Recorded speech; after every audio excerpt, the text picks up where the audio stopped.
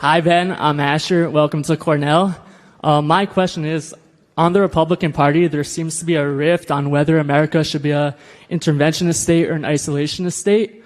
You kind of spoke about this briefly. What do you think the starting original concept of the isolationist argument was, and how do you deconstruct that? Okay, so I think that there is a long history inside the Republican Party of this exact debate.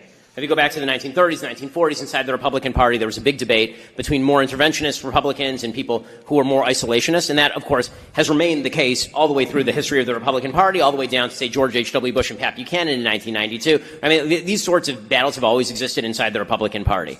And I think that one battle that is worth always having discussions about is less about the broad-based ideology and more about the proper application and use of force. So there's a broader ideological battle as to whether you think America is a good force in the world or whether it is a bad force in the world. There is one wing of the Republican Party that seems to have taken up the view that America is a nefarious force in the world, and that wherever America spreads power, things get worse. That sort of horseshoes around to meet Noam Chomsky on the far left, and I find that to be factually wrong and also morally idiotic.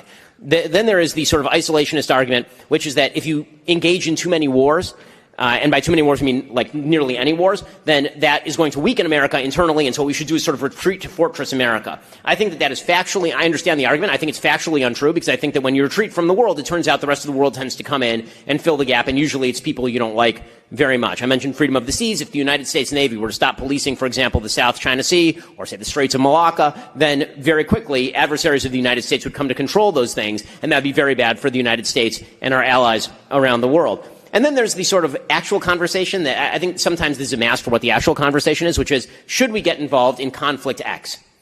Right? And that one, there are always good arguments on both sides. So, I've been labeled an interventionist. I was against intervention in Libya, for example. Yeah, okay. Right?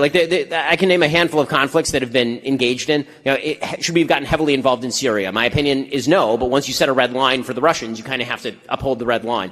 There are a lot of kind of variables in terms of should you get engaged in a particular conflict. But the thing that I'm afraid of, on the right and the left, is this burgeoning isolationism that's rooted in an anti-American view of the world, which is that America and that basically everything bad that happens in the world is a result of blowback to America's overreach and interventionism. And I think that that is a stupid point of view, because it assumes that the only people on earth who have agency are the Americans. So when something bad happens, they'll say, well, it's because America did X. Right? It's because America did this and got involved here. That's why this happened. Or maybe there are other people on earth who have different interests than ours, and those are in constant conflict. And sometimes you need to check those other interests. Thank you. Also, Marv's at 8:30. Oh, thank you. I appreciate that. As a Jewish prayer reference. Yeah.